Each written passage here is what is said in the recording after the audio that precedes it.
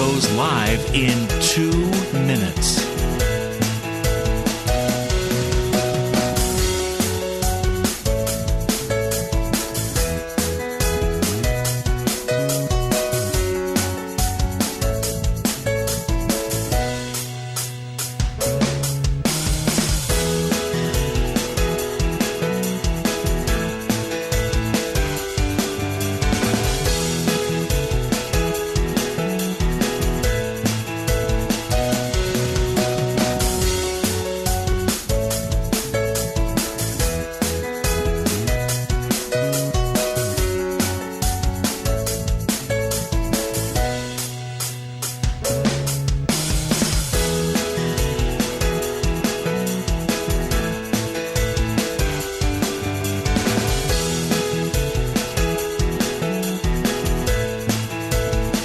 Lynn Cullen live in 1 minute.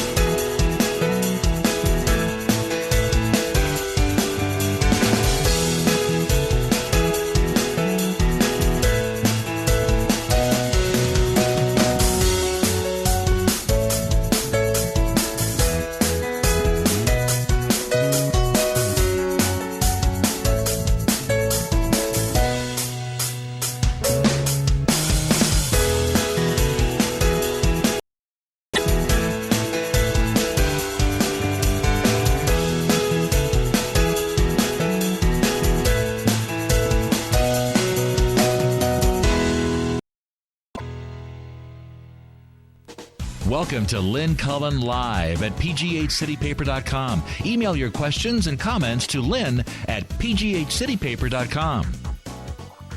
Hello? Hello. It's Friday. Yay! It's Friday. And I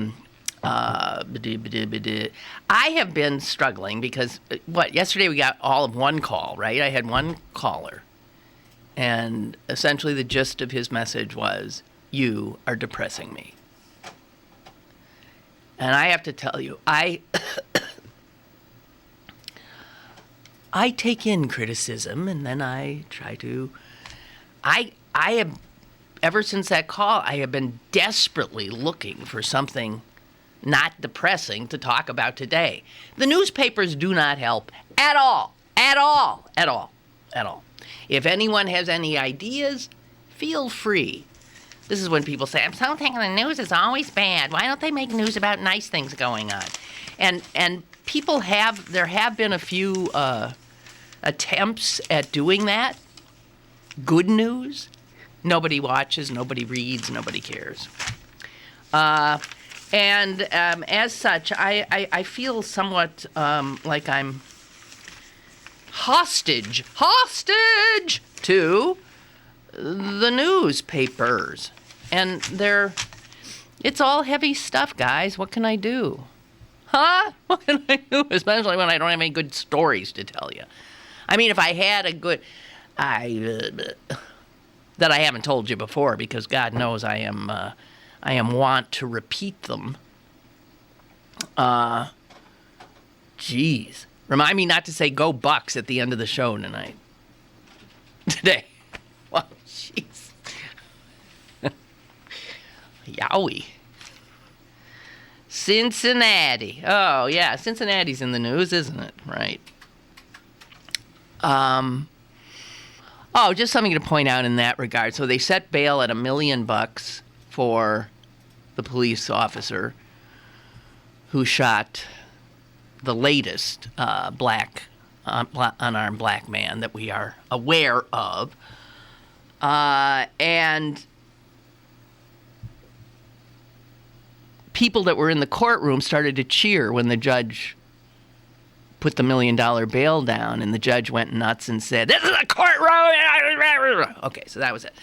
But they were cheering because it was an assumption that $1 million bail is going to keep the SOB in jail. That's what the assumption was by those who were saying, yes!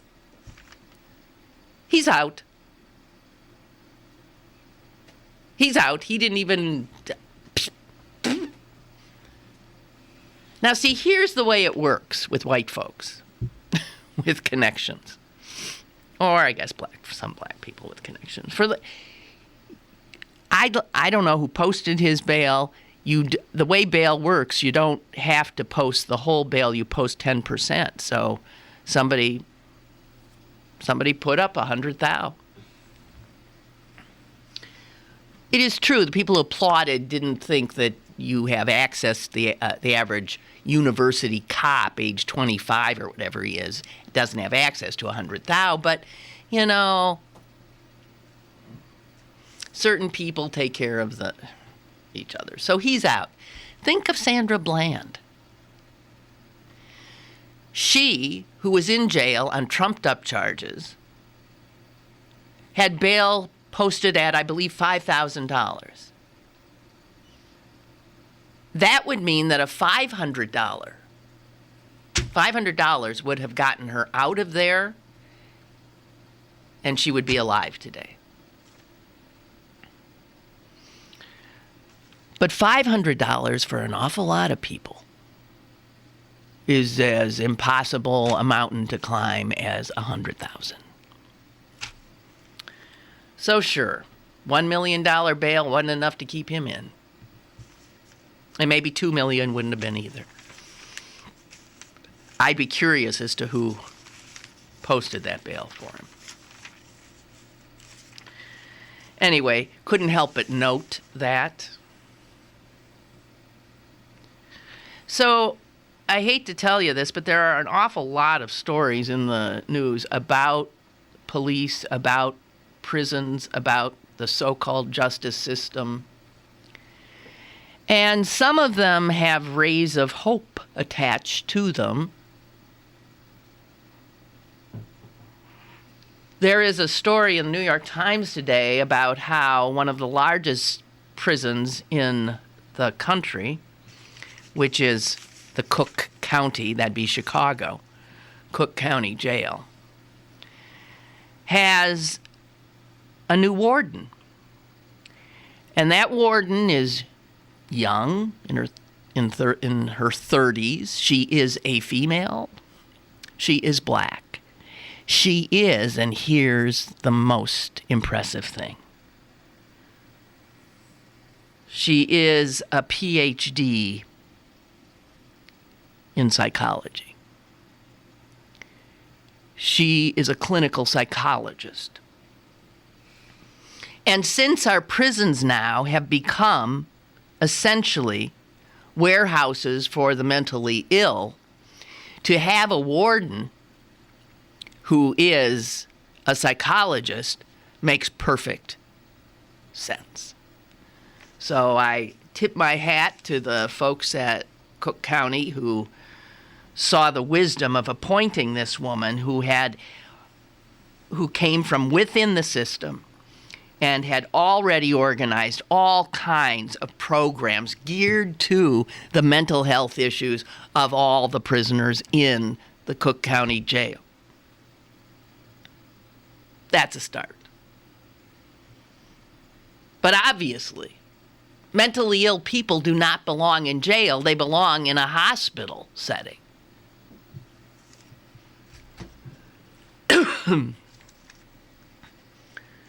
So, Cook County has become a model of sorts for other institutions, like, Rikers Island in New York. God, these are circles of hell.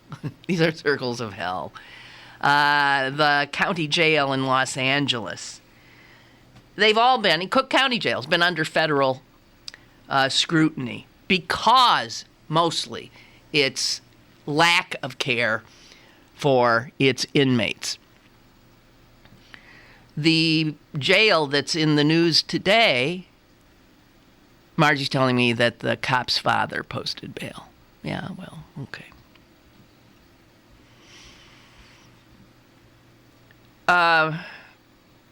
The jail that's in the news today is the Baltimore jail.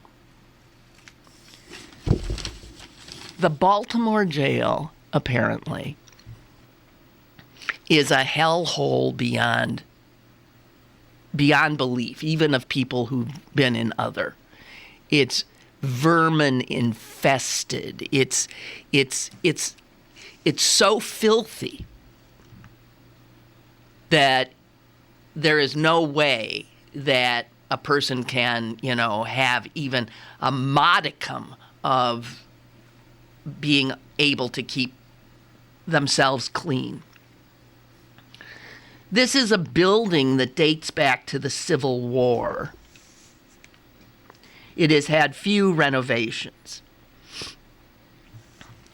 The governor of Maryland has ordered it closed immediately. All the inmates in there put in other facilities. Most of the inmates in there, this gets back to the first thing I was talking about, are there because they can't post bail and they're awaiting trial. So they're in this hole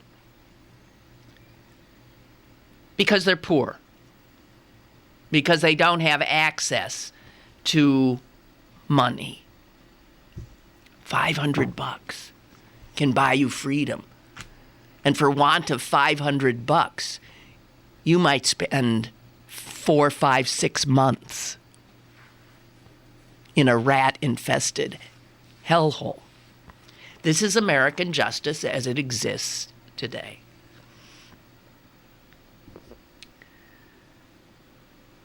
Here is the New York Times lead paragraph about this jail.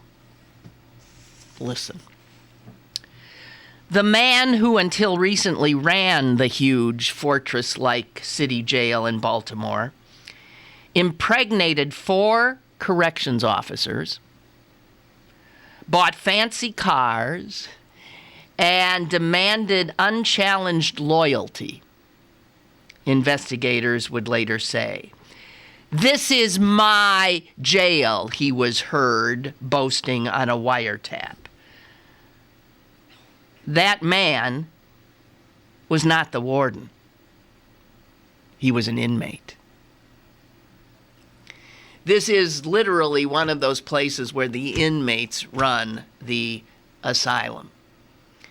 And anyone who was a fan of The Wire, that extraordinary series on, I believe, HBO, that was set in Baltimore, the depiction of the jail was spot on, although you didn't get the sense of the filth of it. So this is a jail that is run by a gang, and he was the gang leader, Tavon White.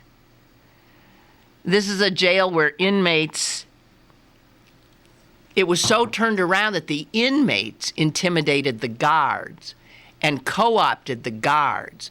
The guards were, I believe, in large part, serving the inmates. Maryland taxpayers, the governor said, were unwittingly underwriting a vast criminal enterprise run by gang members and corrupt public servants.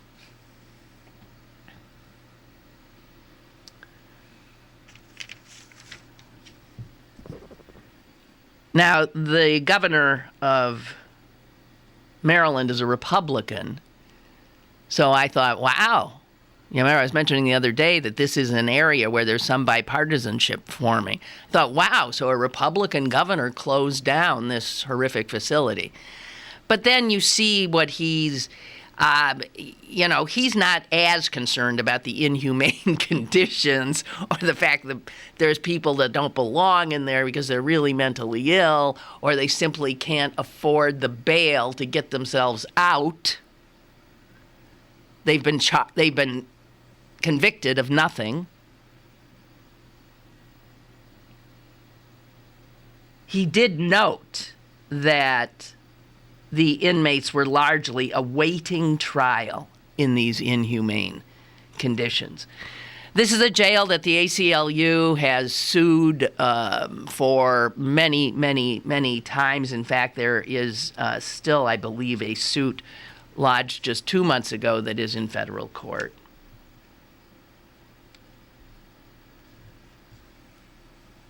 So it's not like any of these inmates are getting out. They're just going to be moved to probably some other horrific facility where they will remain in jail, because if you're poor, you are, I guess, presumed guilty until proven innocent, which the last time I looked stands the whole idea of American jurisprudence on its head.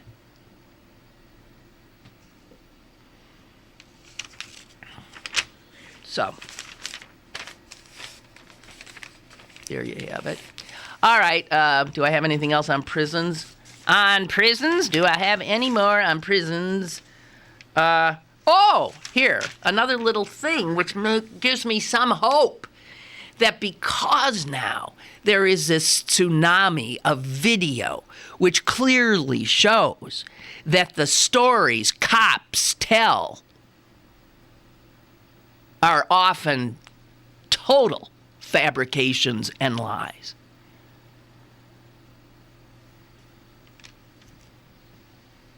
Black families have had no recourse in these situations. If there's no video, the cop wins. If there's no video, the cop story prevails. Now that we see how much of this goes on, and still goes on, even when these cops know that it's being videoed. This guy knew he had a camera on him. Can you imagine what that means? Can you imagine what that means about the real toll of how many innocent people, mostly minorities, black and brown people, have been summarily executed by police? I mean, I think this is like clearly one of those just tip of an iceberg we are seeing. But people who would before have argued to the death that the cop was telling the truth are now, I am certain, in many, many instances, less willing to go to the mat believing a police officer's story.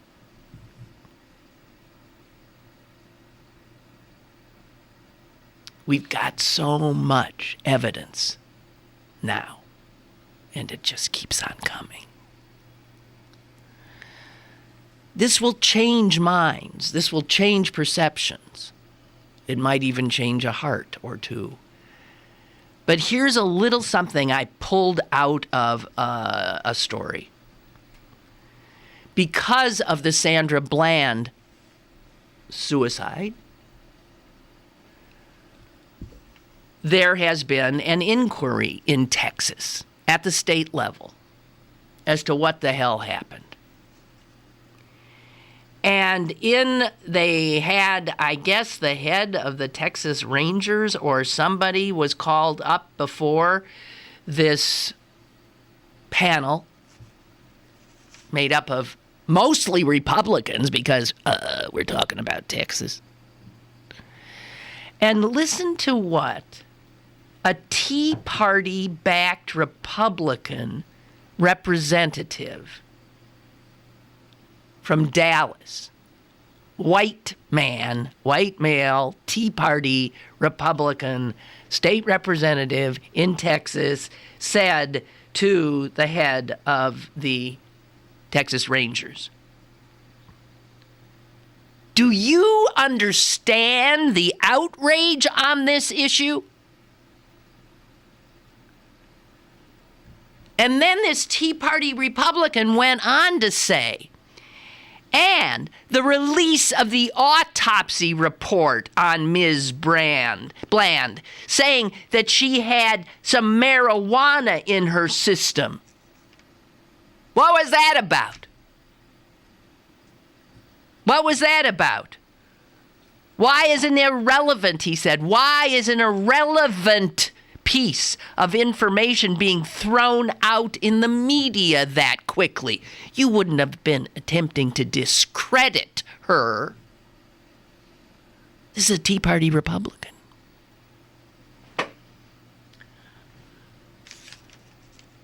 I find hope in that.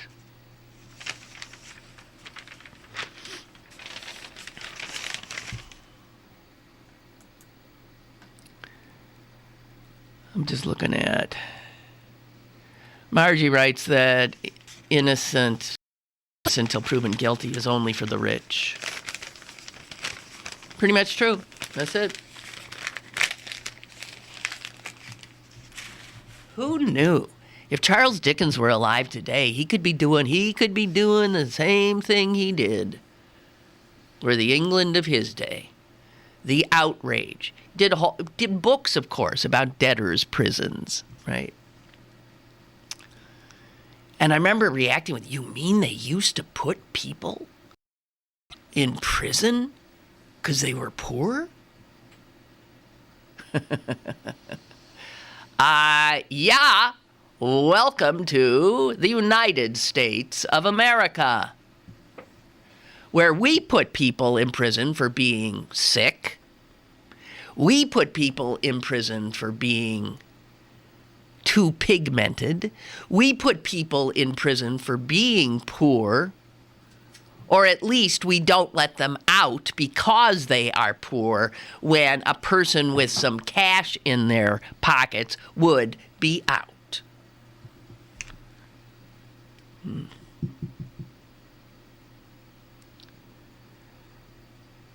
Here is one of you saying, thank you for sharing your mom with us. Aw, yeah. She is lovely. You absolutely look like her, in my opinion. She is simply inspiring and a reminder to live well, live long, and prosper. I can't do that. I appreciate your show. I usually listen a day later and appreciate that you are on. And she thanks Pittsburgh City Paper. Oh, one more thing. I love Susan and your brother, too. Would you like to be adopted? We will take you in. We will take you in. Yeah, I'm much blessed. I have a great family. Okay, so here's the headline that got me in today's papers.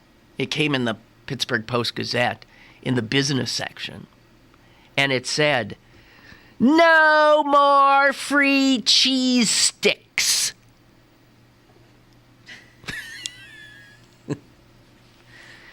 Now, there's a headline that gets your attention. Now, it turns out, you know what that is? It's true. No more free cheese sticks.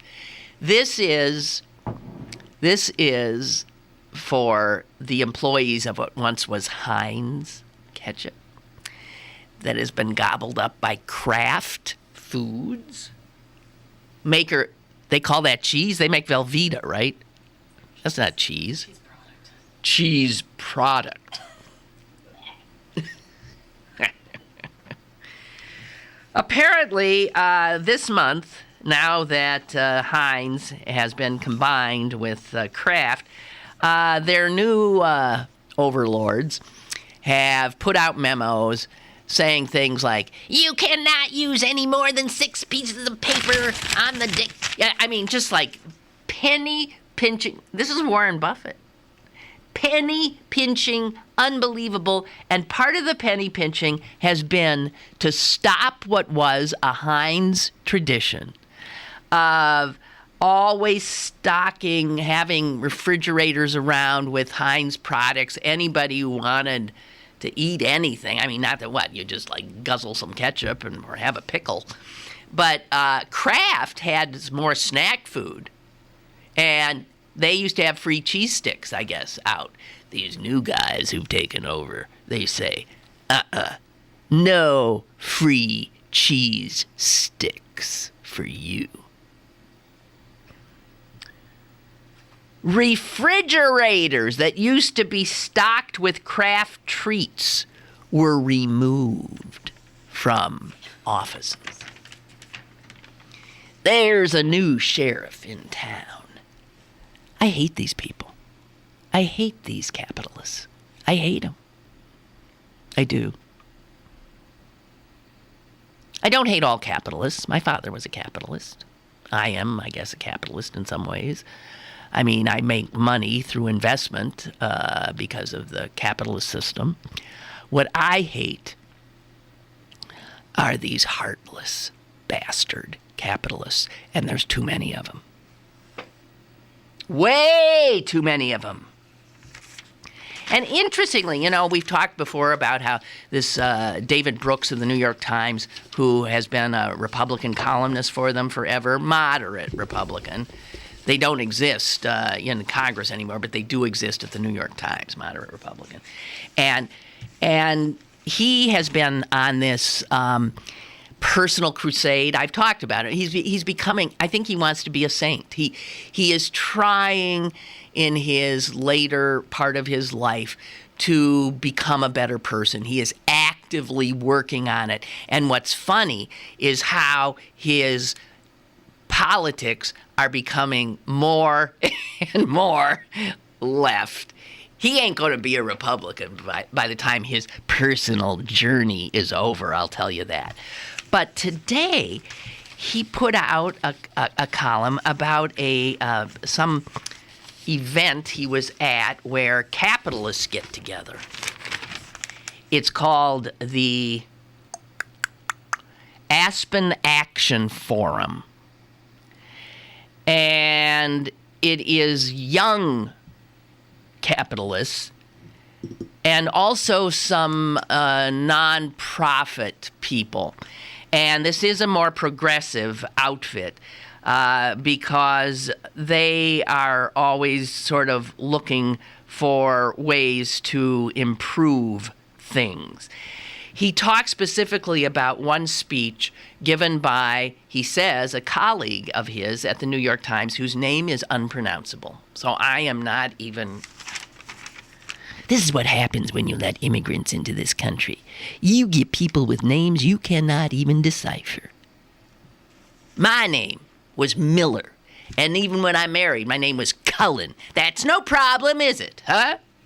Celine, her name is Roberts. What happened to names like that? No, now you let these people in, and you get names you can't pronounce.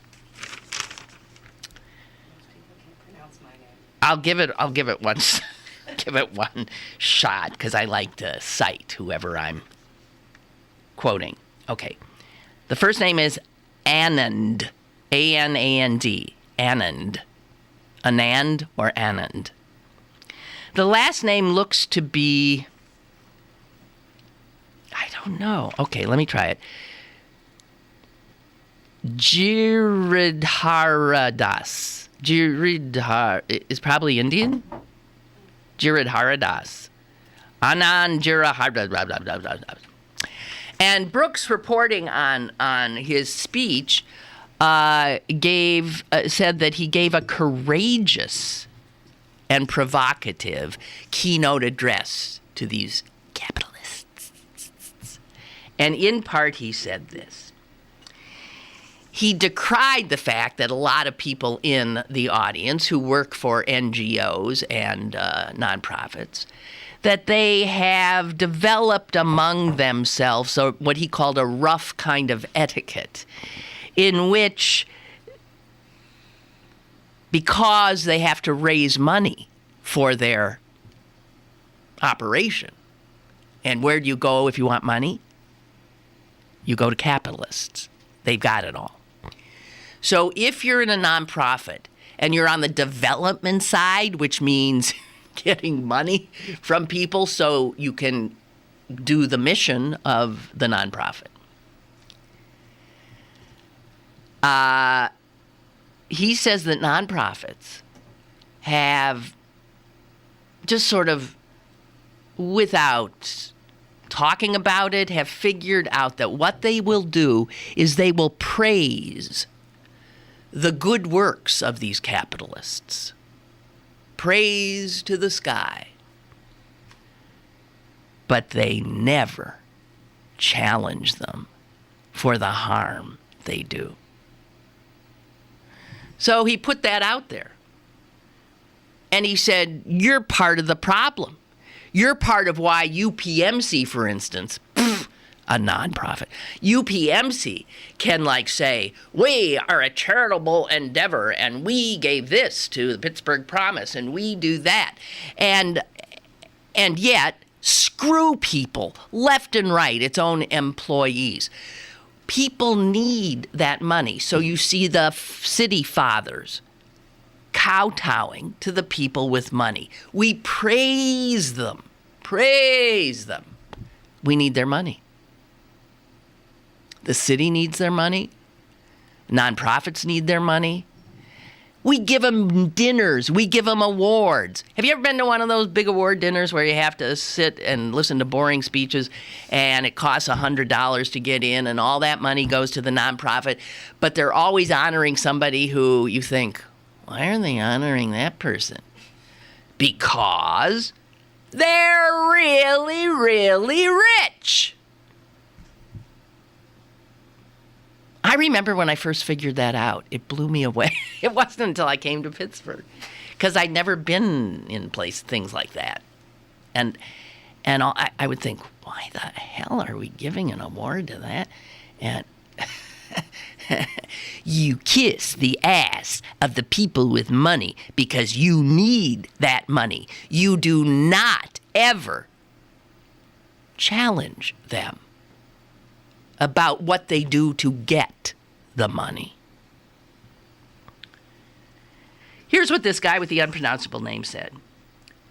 Sometimes I wonder whether these various forms of giving back, that's what the rich always say, well, I believe in giving back.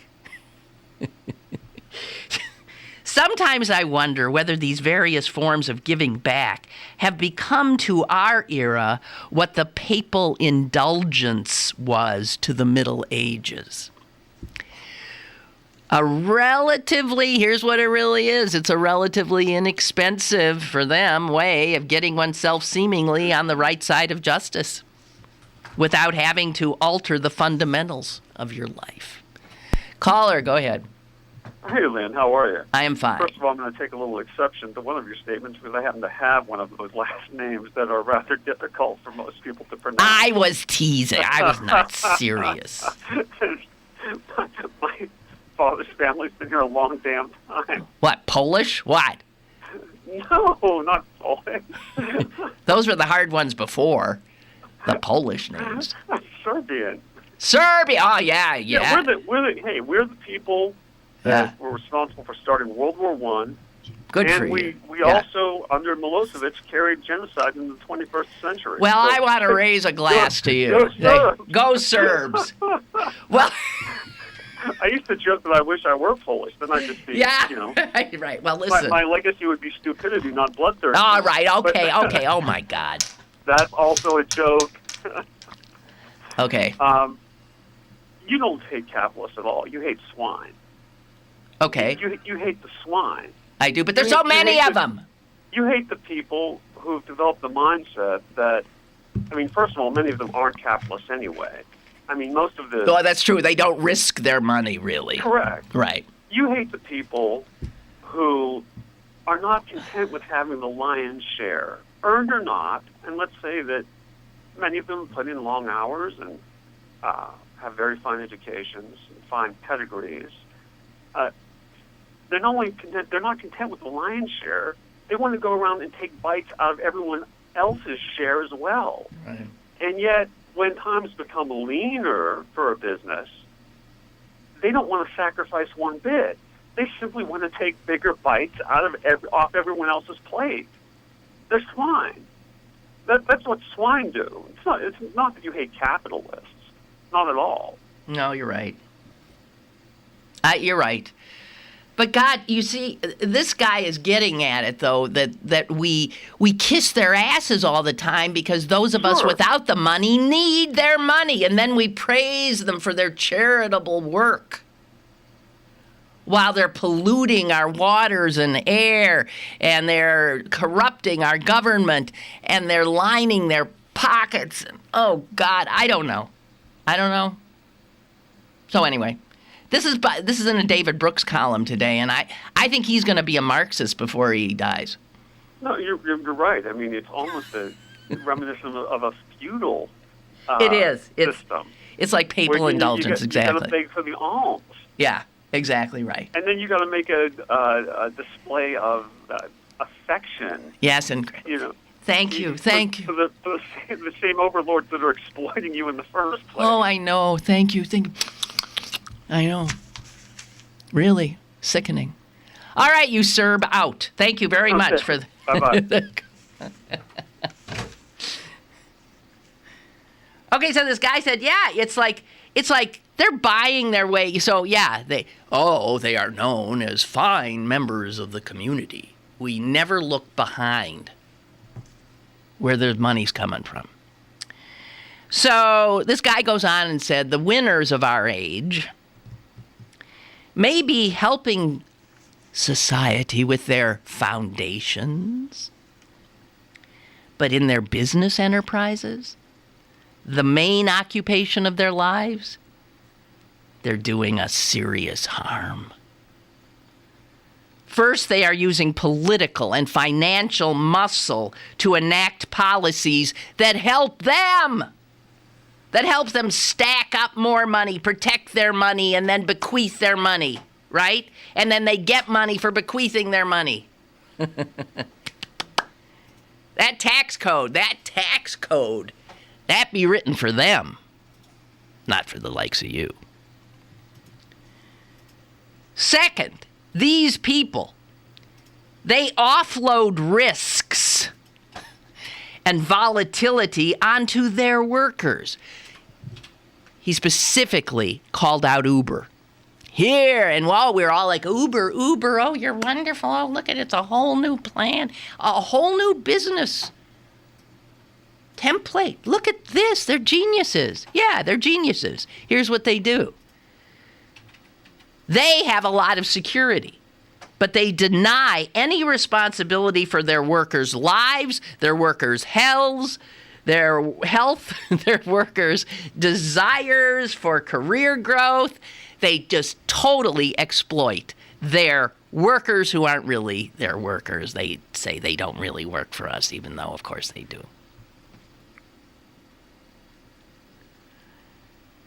And third, he said, the owners of, and he's telling capitalists this. That's why I love the guy with the unpronounceable name.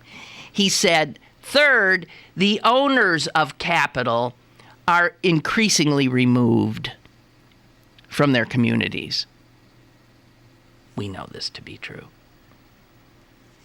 In the old days, if the company CEO took the free cheese snacks away, you knew where to go talk to him if you were an employee who wanted to.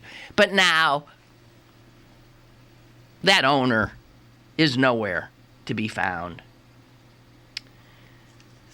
Anyway, David Brooks says that this guy's speech struck him as deeply patriotic. Interesting. He goes on to say he didn't agree with a lot of the bad-mouthing of capitalism in it, but he understood where the passion was coming from.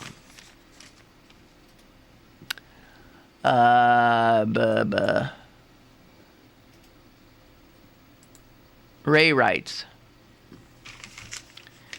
I was reading an article about Stephen Hawking and Elon Musk writing to warn about the development of artificial intelligence. Yeah, I've read those too, and aren't they scary when those two start saying, I'm right? What I've been squawking about for years, they're now saying, thank you very much, Mr. Hawking and Musk. Anyway, back to Ray. He's writing to warn about the development of artificial intelligence and specifically autonomous weapons. I read this too. What is an autonomous weapon? Well, that's a euphemism for robots who kill. And that's where we're heading, guys. Musk wrote that these things might be the biggest event in human history. Musk also goes on to say, unfortunately, it might also be the last. Too clever by half we are. We're We're going to think ourselves right into our own demise. Anyway, Ray goes on. It is starting to become infuriating that the technophiles and science apologists who sneer with such derision and contempt at people with a spiritual inclination or religious people will not turn their own judging gaze at themselves. I mean, their worship of technology. Christopher Hitchens. I do not speak ill of Christopher. Christopher Hitchens and his ilk, including the science-worshipping multitude, love to point to the crimes and horrors that religions have brought to the world. And I admit, we've been pretty god-awful. But gunpowder was not developed in a chalice. No one prayed a canon, C-A-N-N-O-N, into existence. And Oppenheimer did no research in a monastery. Without the scientists, the religious nuts would still be beating each other with clubs. They are complicit in every crime they point to. They being the scientists. I got a call. Hello, caller. Hello. Hi. Hi. That's why Bernie Sanders is going out there talking like he is. And I think he's winning. Mm-hmm. Whether he'll go to the top, I don't know. Mm-hmm. But Hillary Clinton, if she doesn't come up with something, I'm kind of worried that she's not going to be the... I mean, right now she got a perfect advantage on the Republicans when they want to phase out Medicare. She should be pushing to strengthen Medicare and Social Security and say, we don't want to get rid of it. But I don't hear her talking. I think she. Early, I think she is. Doesn't, yeah. She might be missing an opportunity. No. She's no. Look, this election is a year and a half away. Well, right. I don't think she needs to be saying much of anything now. She just needs to sit back and watch the Republicans cannibalize each other. Right? I guess. Yeah. Enjoy the show while you can. I'm afraid Bernie Sanders is going to take the steam. I mean, he's coming with everything people like. Sanders is going to challenge her to do exactly what you're wanting her to do. Well, I hope it happens like that. Okay, we'll see. I know it's early, but she needs to get on some issues to show the difference between them jackasses out there and her. But she just seems to mutter along, and, she's missing opportunities. I know there's a lot of time, but she could get herself in a hole. Well, where do you get your information, though, on her? I mean, you watch TV. I mean, what media chooses to represent this is the story about Hillary Clinton. She, for instance, spoke to the convention of the Urban League today, and she had a lot of really good stuff to say there. Will that get covered in whatever news that you get? I don't know. I mean, if on every day you looked at what speech she gave that day, I think you would not be as concerned. I mean, right now, she should be able to give a straight answer to trade and the Keystone oil pipe, and she hasn't. No, so it makes you wonder who's she working for. Well, right there, those two things really... Well, you know what? It goes back to what we were saying. She's got to raise a lot of money from the people with the money, and trade and pipelines are something those people usually care a lot about, so it could be she's being a little mealy-mouthed till she gets her hands in their pockets. That may be so. Yeah, that's the way that works. All right, give it time. But don't count out Bernie Sanders. I'm not. We might be surprised. There's even some Democrats saying he could be the nominee. Well, wouldn't that be interesting? Yeah, that'd be great. Okay. That's who I really want. Okay. Okay. All righty. We'll Bye. See. Bye. Oh, brother. Oh, speaking of the president. Oh, no. I'm back to Ray. Your letter got interrupted. Good letter. We are allowing the insatiable drive to invent anything and everything that pops into some deranged scientist's mind. In fact, we are subsidizing them while we starve the poor and infirm. You have listeners that turn to science and reason to explain the human condition. Clarence comes to mind. Oh, Clarence, you're being called out by Ray. Clarence comes to mind. I wonder how they temper their enthusiasm with a necessary fear and dread. I wonder what the first principle is that makes them act morally. Hey, Ray, now I'm going to get on you for that. Never mind. I'll just read your letter. I wonder what the first principle is that makes them act morally, and where does that principle come from? And I wonder what this principle says to the question, yes, you can invent that, but should you? Maybe robot overlords would be a comfort to them. They might have, some pop-up just got into your letter. They might have lots in common, right? Ray said, I'm just giving a topic, throwing a topic out here to argue about. Well, I appreciate that topic. I always take issue with people who say that atheists, where is their moral underpinnings? I mean, I am a true skeptic about the existence of any God that I see in the world's religions. That God, I don't believe it. Sorry. I'm a humble being, and I believe that my puny human mind is incapable of answering those big questions like, why am I here?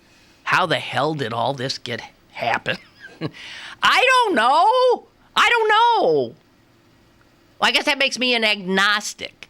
When atheists are so certain that it's all science, and when religious people are also certain it comes from a big God guy, I'm in the middle on this one, guys.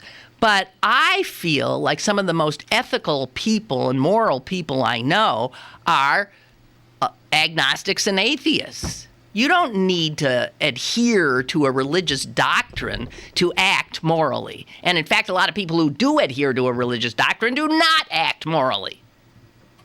Hello? I bet that's Clarence. And you're right. I was actually going to call before, I think, hey, Clarence comes to mind. I'm like, hey, that's me. And I was on my way to get my phone. All right. Go ahead. No, what I heard was the part about where do you get morality from. Essentially, he says, you have listeners that turn to science and reason to explain this human condition. You come to mind. I wonder how they temper their enthusiasm for science with a necessary fear and dread. I wonder what the first principle is that makes them act morally, and where does that principle come from? And I wonder what that principle says to the question, yes, you can invent that, but should you? Science and reason. That's where it comes from. That's easy. Well, more reason than science. You can look at the past and see. We'll use a nuclear bomb as the example. Nuclear fission. You can blow up a city, or you can create energy. You know what I mean? So you have to try to balance those things. Morality is just natural. That's one of those human things that is just part of humanity. What do they call it? It's based on reciprocal altruism. That's the evolutionary explanation for morality. So. Well, but a lot of people don't have it. I think in some ways morality needs to be taught. That's what parents are for. Mm-hmm. To tell a child that impulse, that's a good one. That's a good one, and that's what you should do. And that impulse, bad. And you just, that's how all you're going to do is take that, what you just said, and go back, 10,000s of years. It's still an evolutionary thing. Don't walk off a cliff. That's most kids don't have an impulse. They have an inborn fear of falling, long distances. You don't have to always stop them. But and I think there's an inborn morality. When you teach a young child, share, and they're angry about it, but the brain develops to a point at about the age of 7, where it almost becomes. They've learned that if you share something will be shared with you. Reciprocal altruism. That's and I think it's basically inborn. I don't know. I okay. Yeah, the whole. I think you need a lot of teaching. And I think a lot of people weren't taught properly. I mean, bigots beget bigots often, and and that good people beget good people, and that's where, religion, or he's saying spirituality. Where do you get it from? Where do you get spirituality from as opposed to religion? That's what people saying. They want to feel good, this, that, and the other thing. You're not getting it from the Bible or the Quran. If you read the thing. I think you get it from the natural impulse of mystery and wonder you feel by, wandering around in the world. To me, that's, you could say they're calling it spirituality. I call it happiness. Spirituality is just like a really nice word, and nobody can really say, like happiness, awe, wonder. Those are other words that I think that people are using spiritual. Like, I'm in awe, I'm in wonder. And they're saying, I feel spiritual about this. Mm-hmm.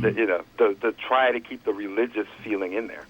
But I think, but when it comes to morality, ISIS think what they're doing is moral. You know what I mean? So it's not coming from the books. That crazy church, God Hates Fag Church. They think what they're doing is moral. And reason or some natural inclination is that's not moral.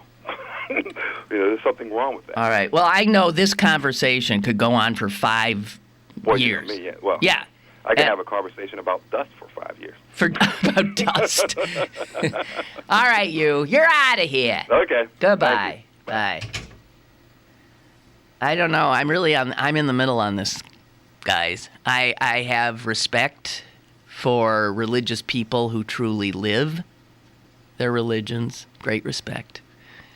And I have respect for doubters who live good, moral lives. I believe, I don't know. As I said, I don't know. We're all here. We all have this unbearable awareness of our own mortality. And trying to come to terms with that. Some of the finest minds that we are aware of ever having lived have wrestled with the very issues that, I wrestle with on an individual level. And I mean, I look at a flower petal, or I can go insane just looking at one creation on this earth. With awe and wonder and gratitude and all kinds of things. And then, of course, we could argue, where did it come from? I just as soon not, frankly, because as I said, first of all, we ain't ever going to resolve it. And I don't know. I just don't want to.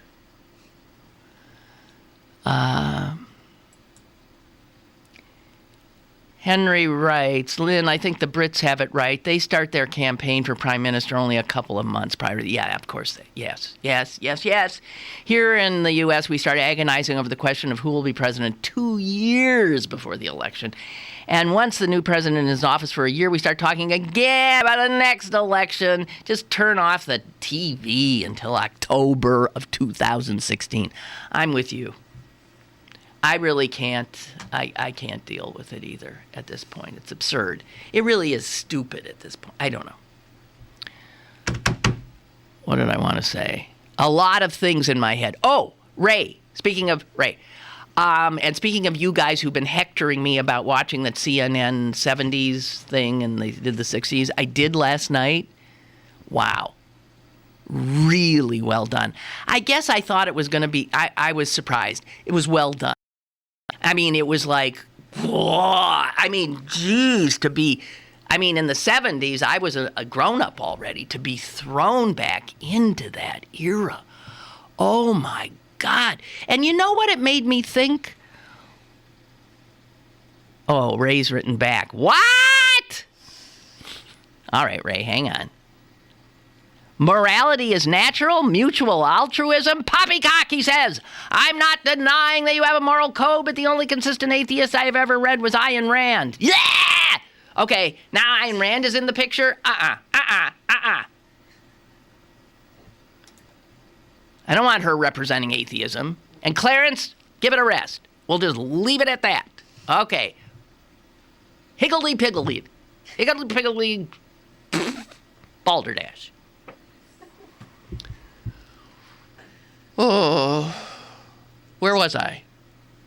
Show. Oh, that show. It was good. And Ray, I'd forgotten the horror of Ireland and England in the 70s. Oh, my God. I'd forgotten that, and it was a big part of it. The thing is that terrorism was a huge part of living in the 70s. And I was thinking, we were living with bombs going off every 2 minutes, it seemed, and living with all kinds of really unsettling things. And this is when we still had a Cold War going, and we had a hot war going in Vietnam, and we had a Cold War going with the Soviets, and we had nuclear, and I'm thinking, those times, everybody who's now saying, oh, these times are scarier than I've ever, all you have to do is like watch that and remind yourself of the craziness and terrifying reality we've already lived through. This is just life. There it is. That's it. Unbelievable. Okay, I have to, before the show is over, give you a paragraph of one letter to the editor in today's paper. The writer is Stephen Slouch of Plum. Can you tell I don't like his letter? Listen to this. He is responding to a piece that was written by a Washington Post columnist, Dana Milbank, and it was a takedown of the governor of my home state of Wisconsin, Scott Walker, who is threatening to potentially become the next president of the United States. And as I said, do not take your eyes off that one. I think he's the one. I've thought that for a long time. He's the one. Okay, and he could win. Okay? Listen to what he says. The column by the Washington Post, Dana Milbank, regarding Scott Walker was ridiculous, hateful, and proves the progressive left fears him more than anything. Okay. Listen to this. They fear that if elected president, Governor Walker will get this country's economy booming again, and that is against their plan. That's progressives. That is against their plan of big government and communist takeover of America.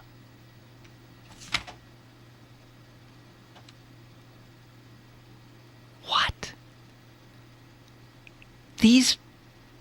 This guy in Plum, who's literate because he wrote this and it's literate, he thinks that people like me intend for the government, for a communist takeover of the United States.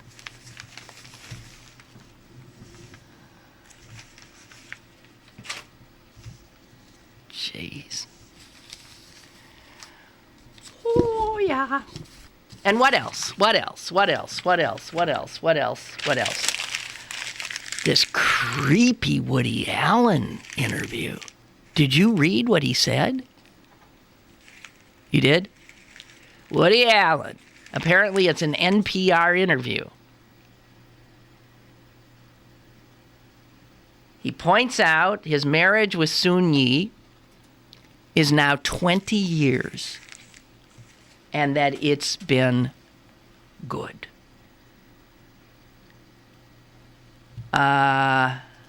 He says the dynamic has worked. And then here's what he's 80 years old. She's 44 now. Here's how he describes. Now, she was the adopted daughter of Mia Farrow. She is. And he was Mia Farrow's live-in, I don't think they were married, boyfriend. Were they married? We have a call. Hello? Hello? Hello? Calling about that letter from the guy in Plum. Yeah. That's pretty standard. They've been saying that those exact same things about Obama since he was elected. So, I mean, if you listen to conservative talk radio, that's straight out of there. Really? So there's millions of people who really believe that Obama wants to make us into a... I'm sorry, I'm trying to turn this off. Thank you. Yeah, I hear people say that exact thing on a nearly daily basis. Oh, my. So that's utterly... I mean, I don't know that all Republicans think that way, but certainly any that are Limbaugh or... that was Glenn Beck's thing all the time, like every single day from Inauguration Day forward. It just... okay. I think it's ridiculous, obviously, but, I mean, look at... I don't know whether that's true, but if you believe the liberal press, Wisconsin's economy is not doing very well at all. No, it's not, and believe me, you don't have to... it's not. So, it's not. Walker has harmed the state. Okay, well... Yeah, so, I mean, they it's like everything else. The conservatives don't like reality. They like their version of reality. Yeah. Jeez. So, thank you. Don't get that frustrated. God. Right. Thank you. Right. It was Thank you. okay. Have a good weekend. Oh, you too. Bye. Thank you. So here's what Woody Allen says about their relationship when they first married. I was paternal. Well, yeah. I mean, I was paternal. Yeah, Woody, you were essentially her father. Maybe not legally her father, but you were essentially her father. You married a young girl who looked at you as a father. Woody says, I was paternal. She responded to someone paternal. I liked her youth and energy. She deferred to me, and I was happy to give her an enormous amount of decision-making just as a gift, and let her take charge of so many things. Who the F are you to give her... Oh, I know, Celine's over here like retching. I mean, retch! I was happy she deferred to me. Very open. And I was happy to give her freedoms. She flourished, he said. It was just a good luck thing. It says here that their relationship famously fell apart when Farrow discovered intimate pictures of Soon-Yi, her daughter, in Allen's possession. And here's, again, Woody Allen, what he says. I quote, I started the relationship with her, and I thought it would just be a fling.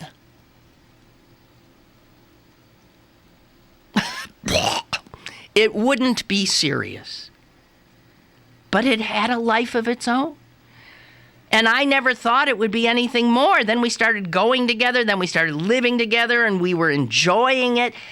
And the age difference didn't seem to matter. It seemed to work in our favor, actually. Woody, it worked in your favor. For a guy who's supposed to be so friggin' brilliant and so aware of human interaction, how obtuse, how totally...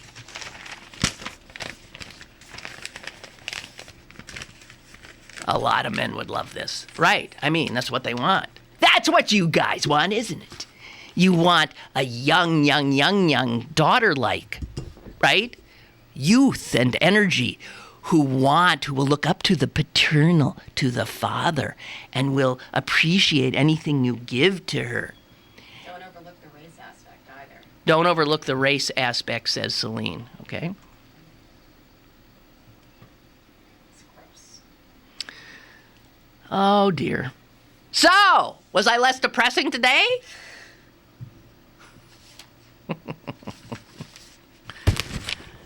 I at least did not subject you to the Ohio State Marching Band's little song that they sometimes sing on their bus about Jews being sent to the gas chambers.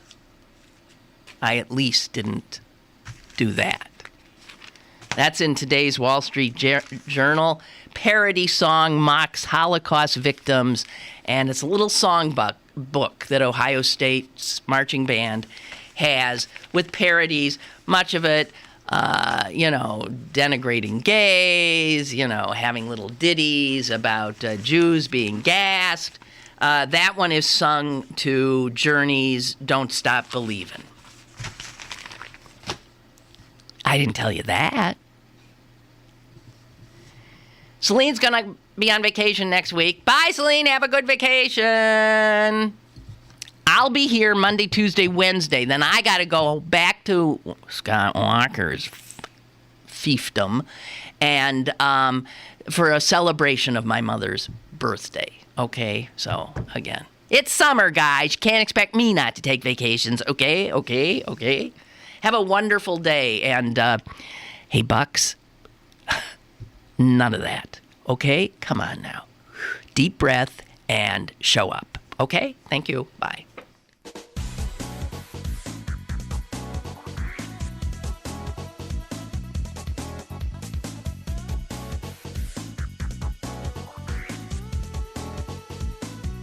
Lynn Cullen Live, Monday through Friday from 10 a.m. to 11 a.m. and archived at pghcitypaper.com. The opinions expressed on Lynn Cullen Live are those of the host and do not necessarily reflect the viewpoints of Pittsburgh City Paper, Steel City Media, and its advertisers.